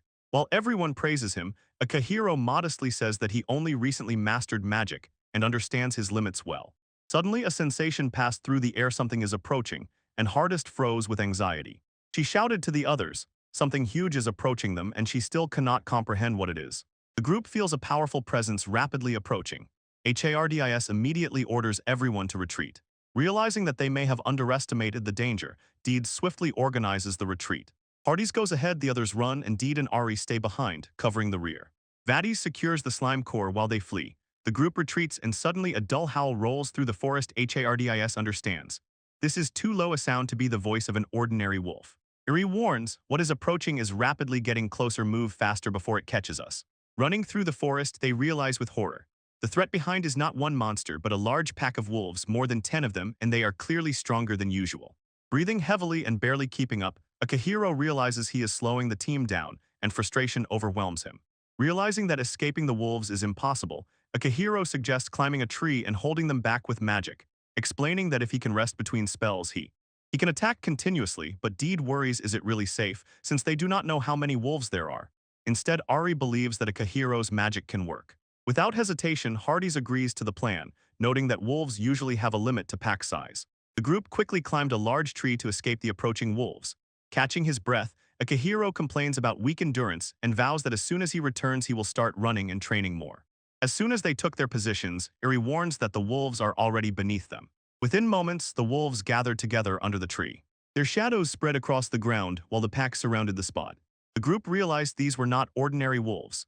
Each one was gigantic and much more terrifying than they had imagined, which definitively proved the danger pursuing them. From the tree they saw them clearly and were stunned by their size, each about 3 times larger than a normal wolf. Akihiro, using his recognition skill, understood. These wolves had adapted to places with dense magical energy and transformed into monsters. Their hides were much tougher than those of ordinary wolves, and from the tree the group understood the situation was worse than they expected. The wolves did not stop howling, calling the rest of the pack, and nearly 20 had already gathered below. Seeing the danger growing, Hades turned to Vadis. Calmly preparing her magic, she began the incantation. Vadis jumped down from the tree and attacked the wolves with fire magic, but the monsters barely got scorched and still kept fighting. Hades realized the problem. Now, unlike before, she could not make the wolves open their jaws and burn their lungs from the inside, and without Deed and Ari restraining them, her magic was much less effective. Seeing that the wolves could not climb the tree, Akihiro decided to attack from above. Tensing up, he prepared another wind spell. At the fingertip, he compressed a small ball of air and formed its pressure. Calculating the speed so the wolves could not dodge, he aimed at one and released the attack. The wind strike of Akihiro hit the target and scattered one of the wolves. He relievedly understands that the attack worked, but Hart instantly notices something worse: the pack is still growing. Under the tree, more and more wolves gather, they surround them, and their number is steadily increasing. Hades warns, if they do not quickly reduce the number of wolves, the noise may attract even more packs. He asks Akihiro how quickly he can repeat the powerful spell he used earlier. Realizing that wolves cannot be defeated one by one, Akihiro feels something else is needed to strike many at once. He decides to try a mass spell. Preparing to cast a multicast spell, Akihiro recalls with horror the teacher's warning. Excessive magic use can cause severe harm or dangerous side effects. Although the risk is huge and there is no other way, he rushes forward, relying on a desperate prayer, and casts the spell. As Akihiro prepares to push his magic further, suddenly a voice enters his consciousness. It calls itself Electa, an entity that controls spells. And when Akihiro anxiously and urgently asks about the dangers of excessive magic use, Electa explains, the nausea he felt earlier is only the first sign that his brain is being poisoned by magical strain. If he continues to abuse magic, it could lead to serious damage, up to a brain hemorrhage. Electa tells Akihiro that their guest is struggling, so she will temporarily take control of the spell, but warns that when it is over, he will likely faint for several days. Filled with gratitude, Akihiro agrees and prepares to try the multicast technique. Looking down, he sees almost 30 gathered wolves and immediately understands. They are standing against an entire pack. Akihiro tells Hades that he will take the situation into his own hands, but warns after this, he will likely collapse. Determined, he prepares to give everything he has. With Electa's help, he seems to draw an aiming cross over each wolf and begins to target them one by one. Counting carefully, he sees that there are only 34 of them and prepares to strike them all at once. Thanks to Electa, who stabilized the spell, Akihiro prepares a devastating mass attack. He forms 34 compressed wind arrows, each in the shape of a small pressure cone, flying at about 150 km per hour, and each arrow is aimed at a different wolf. Thinking about the people waiting for his return home, he clenches his will into a fist and releases the spell, simultaneously performing all the attacks. Akihiro unleashes a multicast spell and simultaneously sends dozens of compressed wind shots. Each projectile hits a different wolf, simultaneously tearing their bodies apart, and the entire pack disappears in an instant. From the tree, others watch in shock as the wolves fall onto the forest floor. None of them move anymore. Exhausted but relieved, Akihiro realizes the threat is over and he finally believes he can return home. After the fight with the wolves, Akihiro's strength finally leaves him. Consciousness begins to fade, the burden of the powerful spell catches up with him. To him, when darkness covers him, he asks forgiveness from Hardis, and a mysterious figure who controls magic calmly watches from afar. Akihiro comes to his senses in a strange space and meets a mysterious man named Electa. The man explains that they are meeting for the first time and welcomes him as a guest. Akihiro thanks him for the earlier help and, confused, does not understand where he has ended up. Electa calmly explains that this place is connected to the system that controls spellcasting. Akihiro notices Electa's unusual clothing, similar to a formal suit from his world, and this leads him to think that the mysterious figure knows much more about him and his origins. Electa explains that he created this space to talk with Akihiro while his body remains unconscious. because after the intense casting of spells Akihiro will be in a coma for some time, so they have time to talk. Akihiro is confused. What could someone like him possibly talk about with a god? Lecta says that those who control magic watch over different worlds and Earth is one of the most popular, because it attracts them with its captivating prospects and ideas. Electa explains that each world is created with a certain theme. The theme of Earth is the development of civilization, and the theme of this world is for people to live as happily as possible. He reveals that this planet is essentially a copy of Earth, even genetically, so its inhabitants resemble humans. But the gods adjusted the system so that wars between members of the same species became rarer. And as a result, a world inspired by Earth appeared, created to seek happiness, not to fight. Electa continues smiling and says that many beings who care for different worlds are fascinated by Earth, especially Japanese culture, games, anime, and manga. Even he himself loves earthly things and admits that he is especially a fan of potato chips, often copying new flavors to try them, and then Akihiro realizes otaku culture is popular even beyond Earth. Electa asks him to help introduce this world to potato chips because the locals consider potatoes poisonous after they got sick from its leaves, and Akihiro, though reluctantly, agrees to spread them when he returns. Electa quietly tells Akihiro that it is time to return. Time flows differently in this place, and soon he will wake up in the real world. After sincerely thanking Electa for the help and conversation, Akihiro says goodbye. Consciousness slowly fades in that strange world, and he wonders what will happen when he wakes up, and whether he returned safely to his companions. The young man slowly wakes up in a quiet room, confused by the dazzling light hitting his eyes, and looking around, he realizes he is back in his own room. He begins to doubt whether everyone else is safe and whether he really returned alive. Memories of that strange adventure still vividly live in his mind. Gathering his thoughts, he clearly remembers the meeting with the mysterious being who called himself God and assured him all this really happened, not in a dream. The man noticed a young girl was sleeping next to his bed. She was exhausted after taking care of him all the time, and when he realized that she had been watching over him while he was unconscious, he gently tried to wake her up. She, still half asleep, slowly stirred, silently showing that she had stayed by his side all this time, nursing him. The man tries to wake the girl, but she is sound asleep and gently slips off the bed onto the floor. She is still resting peacefully. Seeing how deeply she sleeps, he understands she must be completely exhausted. Getting up, he checks himself and notices the body is strangely fine, only a few minor scratches probably from when he was being carried.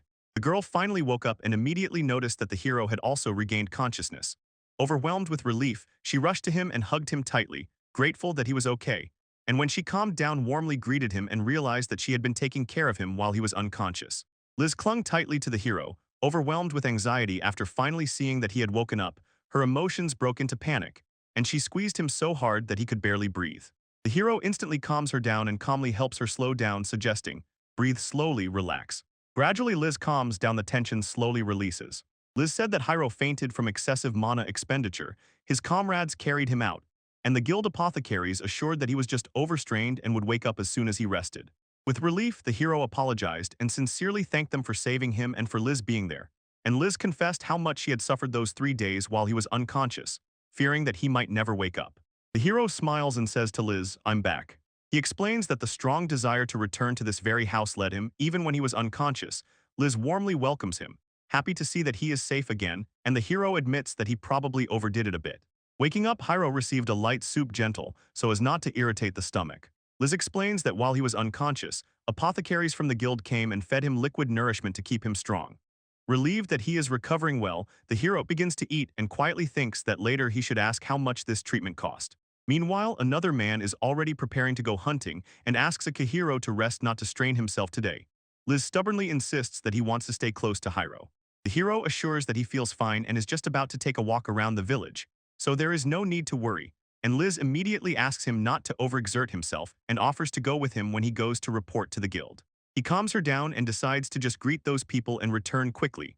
Although Liz was worried about him, the hero himself is also concerned about what happened after he lost consciousness and wants to hear all the details.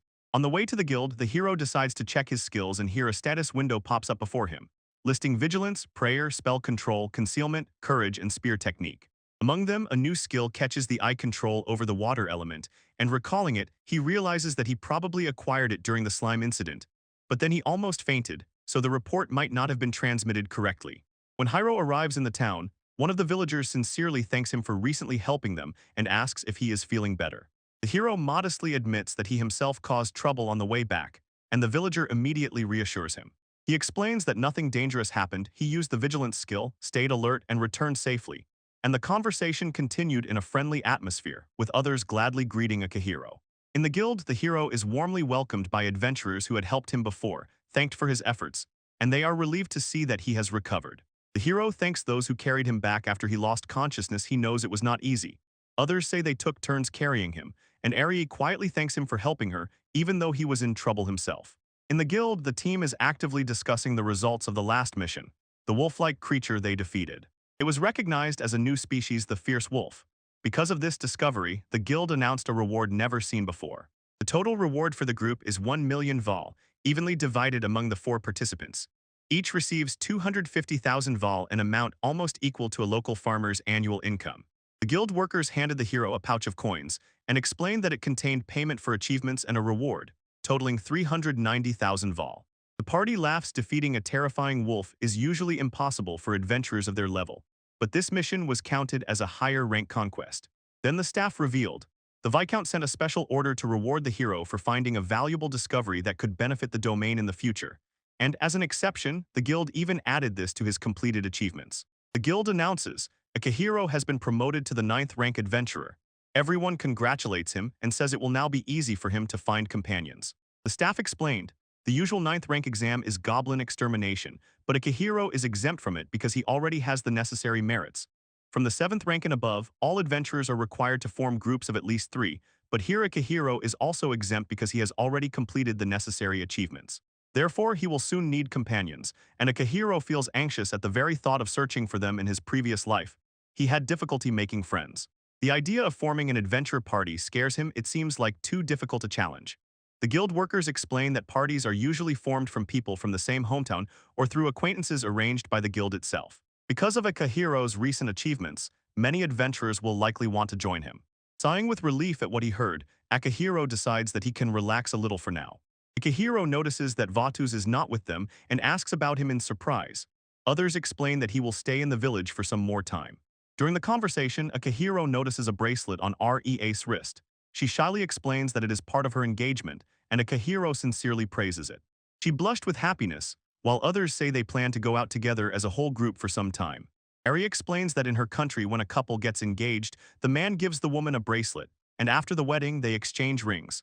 Akihiro congratulates her but admits he is not very familiar with local customs. After thinking a bit, he quickly turns his attention to something more important, looking for companions for his adventure party, sincerely apologizes for the delay, and allows them to continue their plans. Akihiro instantly recalled hearing about adventure ranks. From the 8th rank they can mostly support themselves. At the 7th life becomes quite stable, but at the same time quests become significantly more difficult. After reviewing several 8th rank tasks exterminating wolf packs or hunting bears, he realized such things are not manageable alone. The 9th rank is primarily for preparation, so he needs to find out what he is capable of and find comrades before moving forward. Akihiro understood. To assemble a real squad, trust and strong relationships are needed, which usually form over years. And in a job where life is constantly at risk, finding people you can truly rely on is even harder. Unlike a game where defeat can simply be written off, this world is real, and recalling his experience as a company leader, he realizes that to survive and live here, he urgently needs to gather reliable people. Akihiro returns home and thanks the woman who meets him and offers lunch, and she hands him a pouch of money. She explained that the money covers the visit of a doctor from the apothecary guild and rent payment, and insisted that he accept it because he was the one who took care of her. After a short rest in the room, Akihiro decided to spend the day training at home, although he was told not to overexert himself. And meanwhile, the woman noticed that his habit of pushing himself to the limit very much resembled Liz's behavior. Akihiro accidentally dozed off and woke up later. Liz was lying next to him asleep again, and he realized that he was probably brought home without even noticing. He notices with surprise that the situation almost repeats from the previous morning. When he gently calls her by name, Liz slowly wakes up, and Akihiro awkwardly wonders if this is a strange déjà vu. Suddenly, Liz exclaims that she also wants to become an adventuress. The hero was completely unprepared for her unexpected announcement and just froze in shock. Liz stubbornly insists that she wants to become an adventurer. She says that she will never again endure the fear of almost losing the hero. Determined, she asks to stay by his side from this moment she will be able to protect him and be his support. The hero thanks Liz for her feelings and sincerely admits that he trusts her. But he quietly tells her, right now you cannot become an adventurer. He reminds her that she is still a hunter's apprentice and the precious only daughter of the Lord. So such a decision cannot be taken lightly. The hero says that first it must be well discussed with Wadis and Theja. Liz firmly insists that she will become an adventurer and join the hero's squad. Although she intends to talk to her father, the final decision is hers. The hero explains that being a hunter is already an honorable profession, and reminds her that under Wadis' guidance she still has much to learn. He also honestly admits that he does not want to lead her into overly dangerous places. Liz then asks if Hiro himself does not want her to become an adventuress, and Hiro honestly replies that just as she worries about him, he worries about her. Liz insists that the decision to become an adventuress was not made lightly. She has thought it through well. She is glad that the hero worries, but she wants him to understand. She has her own skills, she is not fragile, and she believes she can be useful. Hearing her determination, Hiro sighs and agrees. If she feels it so strongly, then first it must be properly discussed with Wadis and Theja. During a conversation with her father, Liz says she wants to become an adventurer. She explains that it is her own decision, and Hiro only advised seriously discussing it with her parents. Her father listens silently, then directly asks Akihiro if he invited her to go with him. Akihiro is embarrassed by the question, and Liz says that after what happened recently, she doesn't want to just sit at home and wait for Hiro to return. She says that she seriously thought about it and decided. She wants to go on missions of taming together with him. Her father listens attentively, then turns to Akihiro and asks what he thinks about it. Caught off guard, Akihiro hesitates, not knowing how to respond. Liz's father sincerely says that he is afraid to let her go to dangerous places and that he would much prefer if she continued working as a huntress. Akihiro adds that he himself was also stunned when Liz declared that she wanted to become an adventurer, understands that quests involve life and death risks and that injuries are inevitable, so at first he tried to dissuade her, but he understood. When Liz decides something, she almost never backs down. Hearing this, her father admits that Akihiro understands her well. Akihiro says that if Liz joins his squad, it will only be as an adventure companion, and he sincerely acknowledges that trust among team members is vital. He promises, if danger arises, he will protect her without hesitation and asks her father to accept their decision. Hearing this, Liz literally lit up from his words. Finally, Liz's father admitted that when she makes up her mind, she won't change it, and trusting Akihiro, asked him to look after Liz. Overflowing with happiness, Liz thanks her father and promises to do everything possible as an adventurer. The father gently reminds her not to forget what she was taught as a huntress apprentice, and to keep improving. Liz responds confidently. Liz's father accepts her decision, noting that the harvest was good, and allows her to move forward. Akihiro feels relieved that he approved her, and Liz herself excitedly announces that tomorrow she will go to the guild to register as an adventurer. And so Liz is now officially on the team. Akihiro was glad that Liz joined the team, but another question immediately arose: what role to give her. With her physical strength, she could easily be placed on the front line. But Liz almost always uses a bow for small game, so she is almost powerless against giant monsters. Akihiro is puzzled about where to place her in the team.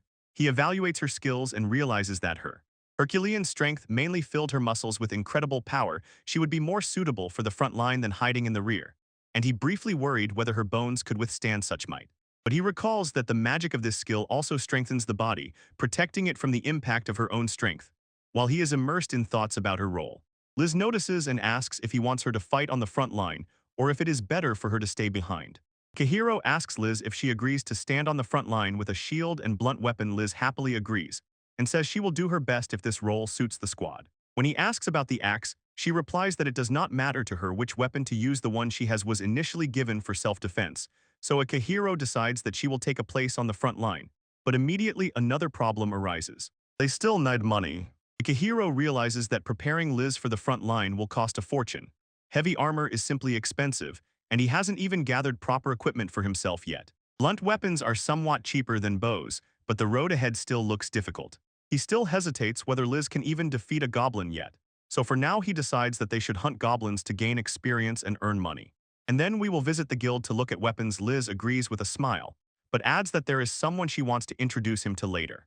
Liz explained that the person she wants to introduce to the hero is also an adventurer, probably around 9th rank, and since they are looking for new team members, she decided that this is the perfect chance. She says that the girl is her childhood friend. She is also 15. Although she is from a peasant family, she has had to take care of herself since about 10 years old, working as an adventurer. Hearing this, the hero calms down a little, thinking that if she is Lisa's childhood friend, then she can probably be trusted. Lisa explains with a smile that just yesterday she talked with her friend and arranged to meet at the guild. The friend agreed and is probably already waiting there. The hero asks her to introduce them and worries about making the girl wait. But Lisa casually says there is no need to hurry as they head to the guild. Hiro catches himself thinking about the measured, calm rhythm of rural life, very different from the strict schedules he was used to in the former corporate world. Meanwhile, as they walk, Lisa talks about her childhood friend. She explains that when they were children, the girl used to hit boys who teased her. Although Lisa is sharp-tongued, she insists that deep down she is very kind. The hero learns that his friend is also a girl, and this slightly embarrasses him because adventures are a dangerous business. Finally, Lisa calls her friend's name Fia. At the guild, Lisa introduces Akihiro to her childhood friend. The girl greets them cheerfully, immediately recognizes Lisa, and introduces herself as Fia, an adventurer of the 9th rank. Fia warmly welcomes Akihiro at their first meeting. She casually explains that she comes from a farming family, so her rough way of speaking may sound strange. Akihiro says don't worry, and seeing her energy and straightforwardness, understands that she has a genuine tomboy nature. Fia jokingly tells him to relax and speak frankly, teasing that he is Lisa's fiancé, and Lisa instantly blushes and feels embarrassed. Fia brings up Akihiro's recent feat. She heard that he took down a group of high-rank prey in one blow and even single-handedly defeated the so-called terrible wolf. Impressed, she says his strength is incredible. But Akihiro quickly denies all the glory, explains that it was not only his strength, and admits that after the fight he completely collapsed, emphasizing that the victory was not his alone. Suddenly, Fia jokingly says she wouldn't mind becoming Akihiro's second wife. She says this lightly, and Lisa instantly explodes with anger and shouts her name, clearly furious at such teasing. Seeing the tension between the girls, it becomes clear. For Akihiro, not only a difficult path lies ahead, but also the beginning of a turbulent new chapter. Fia continues to tease and praise Akihiro, saying that overcoming a 6th-rank beast alone makes him an excellent candidate. Liz immediately objects sharply, angrily insisting that Hiro is not claiming anything. They started arguing and Akihiro stood awkwardly watching. The more everything turned into chaos, the more he thought about how suddenly everything had become complicated. Akihiro quickly interrupts the teasing and explains that according to the laws of his native country, a person can have only one wife. Fia, surprised, asks, "Is that really true?" Akihiro then calmly explained that he has not even decided about the engagement with Liz yet, and added that he has no intention of having multiple wives. Liz quietly smiled beside him. Liz proudly announces that she has officially registered as an adventurer and hands over the guild card. It shows her status, 10th rank. Fia congratulates her, surprised that Liz decided to become an adventurer, and asks what will happen to her job as a hunter. Liz explains that her brother will take care of things for now. Liz confirms that she will go to the party and casually says that after the wedding she will leave the family home anyway, so there are no problems. Fia jokingly calls her the same crybaby. Liz remembers this, and they laugh together. Happy to be reunited, they are both delighted and glad to work together again. Meanwhile, Akihiro quietly wonders if anyone listens to his opinion at all. Akihiro decided to go to the weapons shop, and Liz and Fia gladly agreed to accompany him. When asked what next, they replied that they had no other plans, so they went there together. At the shop, Akihiro asks Liz which blunt weapon she prefers, and Liz, scanning everything with a glance, instantly grabs a large hammer, saying it's cool. Akihiro considers his choice, examining it carefully. Looking around the shop, Akihiro decides he also needs a real machete. After checking several blades, he selects one and asks the seller to prepare the purchase. Meanwhile, Liz holds the large hammer and imagines her full set of gear. Fia enthusiastically praises her, saying she really looks like a true traveler and that weapon suits her perfectly. Akihiro decides to buy the items. Liz insists she will pay for her own gear. Fia excitedly offers to get something for herself too, but Liz quickly stops her. Then Akihiro pays for Liz's gear, saying she should take it as a small gift of thanks. And although she hesitates at first, she eventually accepts and sincerely thanks him. Although he spent quite a bit, Akihiro feels a recent reward gave him money, so he considers this purchase a necessary expense. Fia, with a sparkle in her eyes, asks Akihiro to show his magic in action, and instead of a performance in the middle of the village, they decide to move to a quiet edge of the village. She leads them to a small clearing in the forest where she usually trains. No one usually goes there, so it's a great place for free practice. Fia asks permission to shoot at a wooden target. Akihiro agrees, and Liz notes that this is where Fia usually hones her skills. Akihiro begins to demonstrate his magic. He focuses on the power of the wind and shapes the air into a small spinning form right in front of his finger, carefully controlling its size and position. When the spell stabilizes, he adds rotational force and shoots it forward at high speed. The compressed wind bursts forward like a projectile and hits the target hard. Then he calmly explains that this is exactly how his magic works. Fia watches Akihiro's demonstration attentively and directly asks if he is a complete beginner. Liz blinks in surprise. She was struck by such frankness. Akihiro calmly admits that he really is a beginner and asks why she thinks so. Fia explains that the spell he used is taught right at the beginning in basic magic lessons. It is meant to help beginners understand the structure of a spell and feel the feedback from excessive magical power. Fia adds that this spell is usually learned very early in magical education.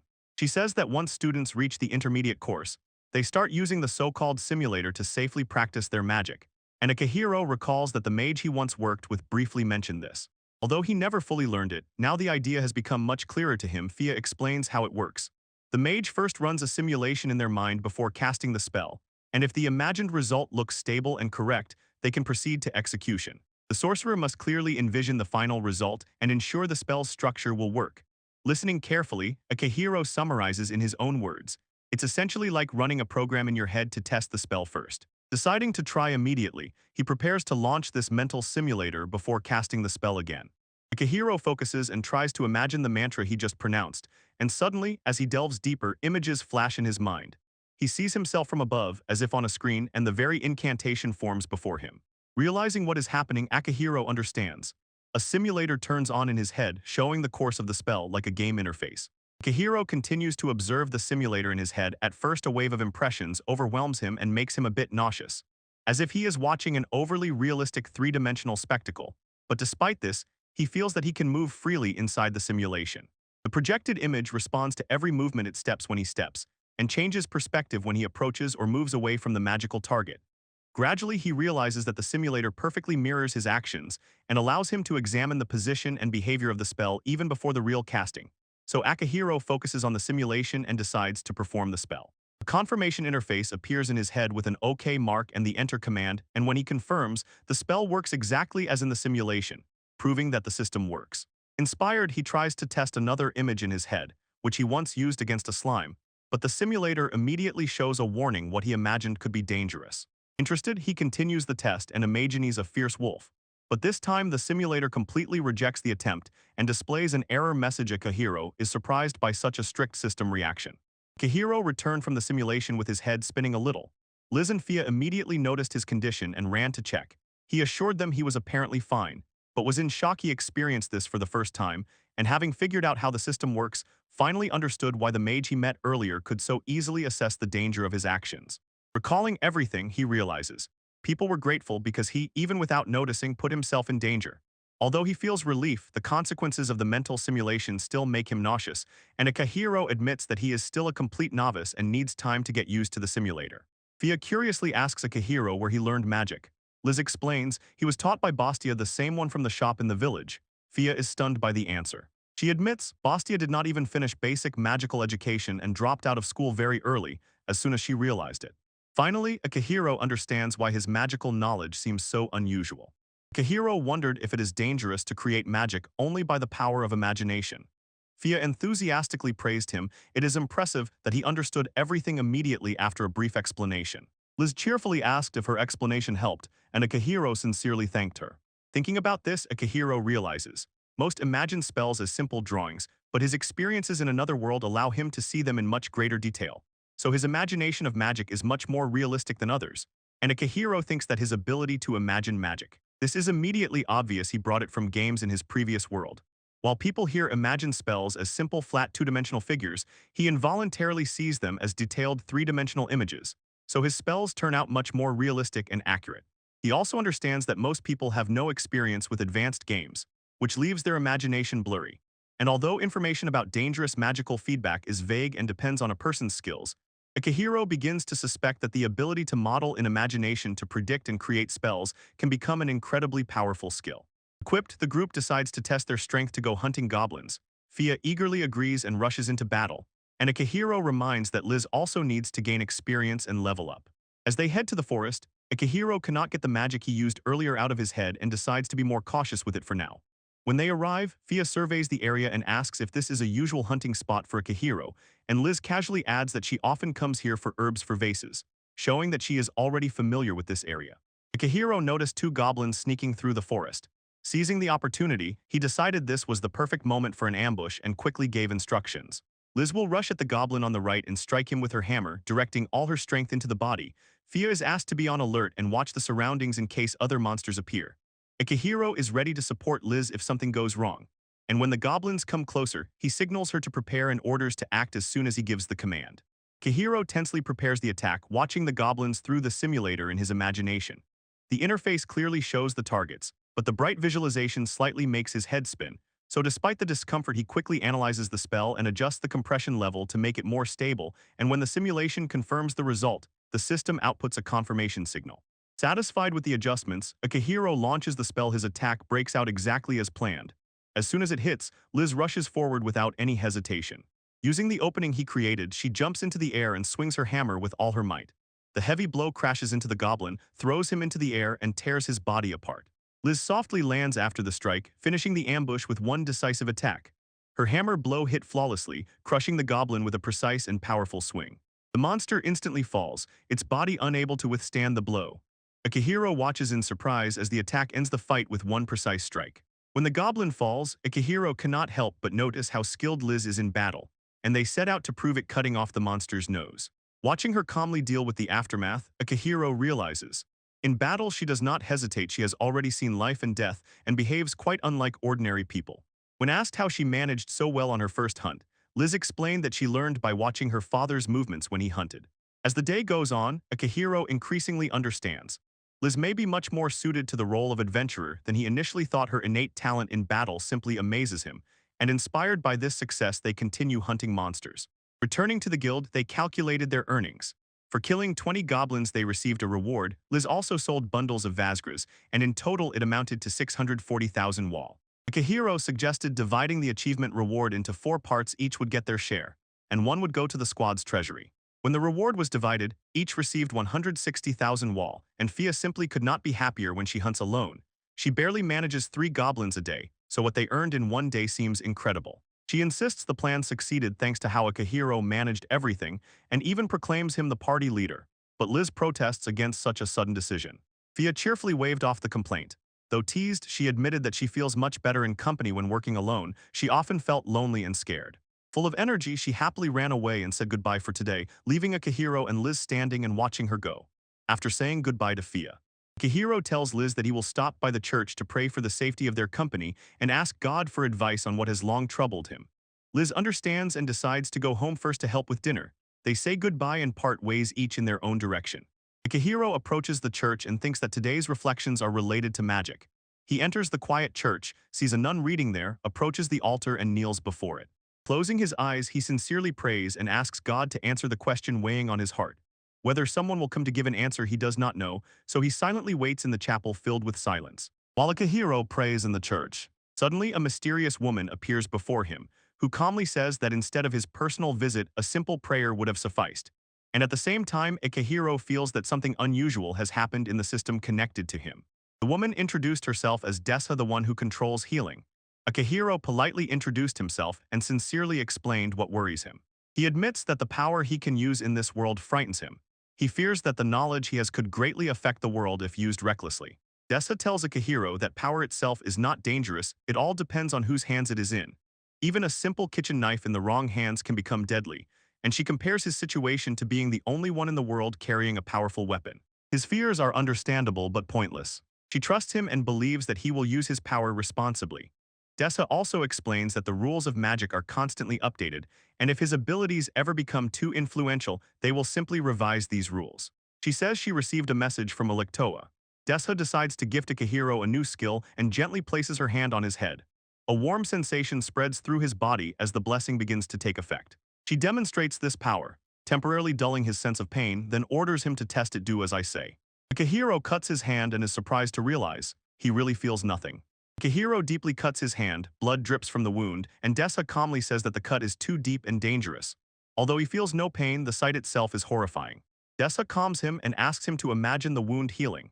Using a simulator in his mind, she explains that by vividly imagining this process, he will be able to reproduce the healing with his magic. Akihiro concentrates deeply and imagines the wound healing in his mind. The skin slowly closes as the simulator processes the image. After he is convinced of the result, he performs the spell. The wound on his hand disappears, leaving it completely healed. Realizing that it worked, Akihiro celebrates his success. Akihiro uses the healing spell and the wound on his hand instantly heals. He is amazed at how quickly everything healed. Dessa explained that this is what is called divine magic. External wounds can usually be healed, but healing from the inside is much harder because people find it difficult to clearly imagine internal organs. However, she noted that Akihiro's visualizations are extremely accurate, so he hardly needs any corrections when using healing magic. Desia explains that divine magic does not rely on complex spell structures. If a person prays sincerely from the heart and soul, their request can be heard, and all these constructs and simulations become unnecessary. She adds that although there is a sentence structure for divine magic, it is rarely needed. Before leaving, Desia sincerely apologizes for the short visit. Although she really wanted to hear about Earth, she must return to her duties, leaving Akihiro with what she shared. As soon as Desia disappears, the system confirms that the previous error has been corrected, and Akihiro remains alone in the quiet church. He realizes that he has gained the ability to heal Liz and his companions if they are injured, although, for it to work, he will have to calmly imagine the wound. A message appears that he has just acquired the skill attribute control Divine 1. 8 and Akihiro, feeling its potential, decides that this power is incredibly valuable. Akihiro returned home and greeted Liz's mother, assuring her that after the workday his body is fine. She reminded him that everyone knows about his efforts and asked him to rest. Inside, Liz was finishing preparing dinner, and with a slight smile said that as soon as Dad returns, all that remains is to arrange the dishes on the plates. Before dinner, Liz suggests practicing a little more. She wants to hone her shield defense, and Akihiro agrees to train with her until evening. Outside, Akihiro begins training Liz. She firmly holds the shield and hammer while he explains the exercise, and with a wooden stick in her hands, says she will attack randomly and asks her to block the strikes with the shield. When the training begins, Liz raises the shield and successfully blocks the attack. The training continues. Akihiro notices that Liz constantly catches the blows exactly in the center of the shield. Her reactions are precise and surely honed by experience hunting with a bow. Impressed by her control, Akihiro explains that the shield can be used not only for defense by blocking correctly, she can disarm the opponent or break their stance, and encourages her to also practice shield attacks. Usually after a block she finishes with a hammer strike, but the ability to counterattack with the shield will give her more options in battle. While Akihiro and Liz continue training, Liz's father returns home and sees that they are practicing outside late. Liz cheerfully greets him and says that dinner is already ready. Akihiro, still out of breath, assures him that he is fine, although he was recently ill, and Liz jokingly adds that his fatigue seems more like a lack of endurance than a consequence of illness. When they came inside, Liz's father was stunned to learn how much money Akihiro earns as an adventurer. During dinner, he warned them not to become too confident and firmly said that all their success was only possible thanks to the team. Akihiro sincerely admitted that Liz showed much more talent than he expected and could become a truly important part of the group. Liz Shaley says that she was just trying to imitate the hunting techniques she saw from her father. When Akihiro enthusiastically praises her for how she defeated the goblin, her father stands nearby silently amazed. Liz enthusiastically promises to work even harder and earn even more as an adventurer. Akihiro notices that her experience as a huntress clearly helps, and her father advises her to continue improving and never lose vigilance. Later that night after dinner, Akihiro helps wash the dishes, despite Liz insisting that it is her task. During the conversation, he learns that every morning she gets up early, goes to the well for water, and carries it home. This is her daily habit. Liz worries that Akihiro might be overworking himself, but he reassures her and offers to help carry water starting tomorrow. She insists that he rest, reminding him that adventures are exhausting enough. That same night, Akihiro reflects that his new life still gives him more freedom than his previous job. Alone in silence, he decides to organize everything he knows about magic, recalling how he consulted with the goddess and gained divine power. Akihiro tests magic in his room. At first, he imagines himself floating in the sky, but the attempt fails. Instead, he decides to try something simpler, just with a sheet of paper. Instead of relying on a simulator, he fully immerses himself in imagination, picturing how the wind pressure forms and firmly presses the paper in place. Focusing on this image, he casts the spell and gives the command. The sheet of paper suddenly begins to hover slightly above the table. Akihiro watches in surprise as it gently glides through the air, then slowly descends back to the floor. Realizing that something worked, he jumped up with joy and rushed outside. He can't wait to test the magic further. On the street, Akihiro imagines that wind is blowing from the soles of his feet and his body is floating in the air, and determined to check this, he recreates the same image in his mind and activates the magic. A step forward and the power slightly lifts him off the ground. Akihiro understands. The magic works exactly as he imagined, and as soon as he lets go of the image in his thoughts, the effect disappears. By controlling the image, he can move forward, backward, left and right, and even spin while hovering in the air. To stop, he just needs to imagine the reverse movement, and so he controls his movement in the air. Akihiro glides through the air as if on skates, and captivated by the freedom of movement, practices controlling speed and direction, flying over the treetops. Getting used to it, he realizes that this ability can be used in battle for him. This is a completely new and wildly exciting experience. Liz sees Akihiro late in the evening on the street and calls him from the window. He, surprised, stops, she approaches and asks if he is still training, explaining that her mother was worried as if he might faint from overexertion. Suddenly, Akihiro lifts Liz into his arms, uses magic, and rises into the air. They hover above the ground, and Liz initially freezes in shock. She looks around in amazement, realizes that they are really flying, and bursts with excitement. Akihiro explains this ability is magic. When he holds Liz, she blushes shyly. She quietly admits that being so close to him makes her embarrassed, and Akihiro, noticing this, suddenly becomes shy too. Akihiro admits that he is still clumsy with flight magic and needs to practice more to control it properly. He says the sensation is like skating on ice and admits that he got too carried away because of excitement. Liz sincerely praises him for his hard work and dedication, saying that he is incredible. With a radiant smile, she promises to train even harder so as not to fall behind, and asks him to continue taking care of her. Akihiro understands with relief that he has finally acquired the skills to survive in this world. Although his magic is still simple, its power and range are rapidly growing. Smiling, he encourages Liz to keep improving together. Holding her hand, he feels excitement about the new life in this other world. He will finally be able to pursue what he wants. And this thought fills him with energy and determination. Liz excitedly tells others that Akihiro lifted her into the air and flew while holding her. She says it was like sliding on ice and that they rose even higher than the roof of the house, and her genuine joy surprises everyone. The next morning, Liz excitedly tells everyone about last night, describing how Akihiro carried her through the air. Fia became interested and says she also wants to try if it is really that fun. Liz happily agrees, saying it was like a prince carrying her in his arms and her heart was wildly pounding.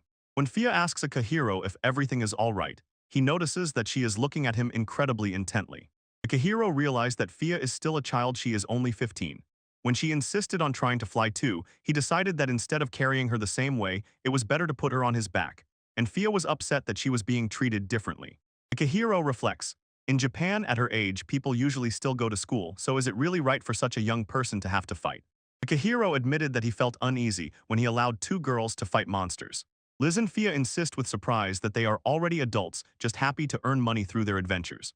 Feeling this, Akihiro understood and accepted their position. He realized that these two childhood friends had grown up more than he expected. Akihiro carries Fia on his back and flies through the air. She excitedly exclaims, "This is incredible," and urges faster, while he grumbles that she is shouting in his ear. Watching from below, Liz looks at this scene with surprise.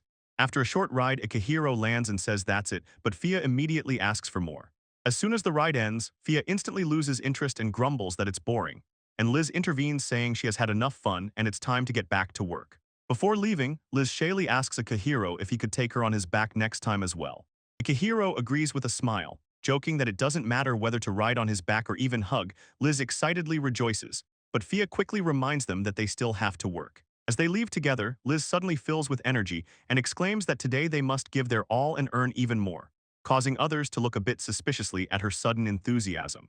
After hunting, the group bitterly realizes they earned almost as much as yesterday.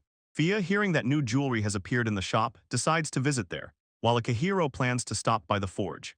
Liz said goodbye to both, looking curiously at the new things and eagerly awaiting tomorrow. Akihiro visits the forge again. The shop owner warmly welcomes him.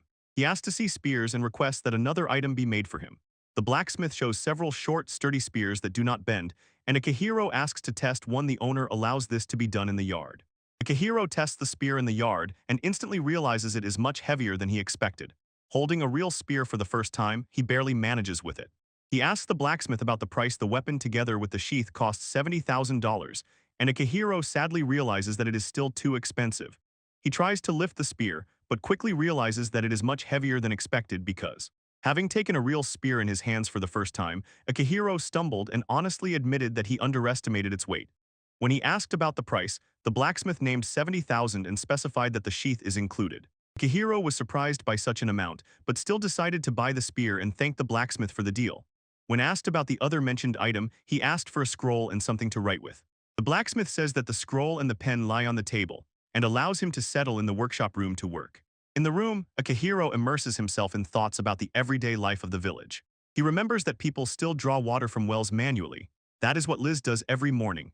Realizing how much effort it requires, he takes out his phone and looks intently at a photo of a hand pump, thinking about how to recreate something similar from what is at hand. Using the phone as a hint, Akihiro studies the mechanism, examines the diagram, and begins to make a sketch on the scroll, because he thinks the pump will greatly ease water collection. When he finished, he apologized for making the blacksmith wait and showed him the drawing. The blacksmith looks at the sketch with interest, trying to understand the mechanism. The blacksmith carefully studies the drawing and instantly understands how it works. Impressed, he explains that the pump uses a system of valves and levers simple but ingenious and lifts water, so it is a pity to keep such an invention to oneself. Therefore he suggests showing it to the Viscount, because if rumors spread, even the king might find out about it.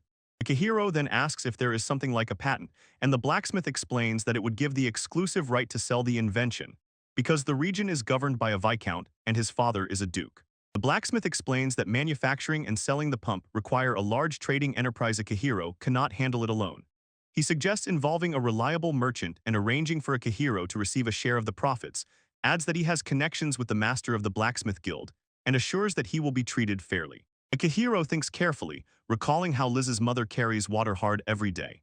The blacksmith adds that the forge consumes a lot of water, so this invention would be useful to many. Akihiro admits, his real goal is to launch the pump as soon as possible so that people can immediately use it. The blacksmith instantly grasped the essence of the project, says that the design is simple enough to cast, and promises to make a prototype soon. Trusting him, Akihiro leaves the project in his hands and introduces himself. Kovali Ness shakes his hand and says he will deliver the prototype to Astaz's house, where Akihiro is staying. Enthusiastic Nest happily says that the invention will greatly help his mother, and jokes that from now on Akihiro should consider him part of the family. Leaving the store, Akihiro smiles to himself. If this pump became widespread, it could significantly ease people's lives, and he is sincerely grateful that the prototype will be made so quickly. But suddenly he wondered, wouldn't the introduction of such technology cause problems, and uncertain, decides to ask the goddess personally and heads to the church earlier. Akihiro, worried, asks the goddess Elictoa if the spread of the hand pump worldwide will cause problems, and she gently smiles, assuring him that it will not. She assures that similar technologies of this level will soon appear in this world anyway. Sighing with relief, Akihiro thanks her for the answer, even though she is busy. Alictoa casually says he is trying a snack potato chips with spicy strawberry flavor, and this impresses Akihiro because he cannot even imagine how it might taste. After Akihiro talked with Alictoa, he declined her offer to try that strange snack and continued walking through the city streets, thinking that companies in Japan sometimes invent strange combinations. Soon, on his way back, he runs into Liz and Fia. Liz excitedly shows him a new bracelet she bought and proudly asks if it is nice. Akihiro praises the accessory, and she happily admits she bought the same one for him. Liz proudly shows the matching bracelets bought for the festival, and says that with them they feel like a real team. Fia is delighted with the idea, and Akihiro sincerely thanks her and says he will cherish it like a treasure. Despite the relaxed atmosphere, Fia jokingly warns him that they will never become his partners. Laughing, the group returns home together, although everyone knows many trials lie ahead.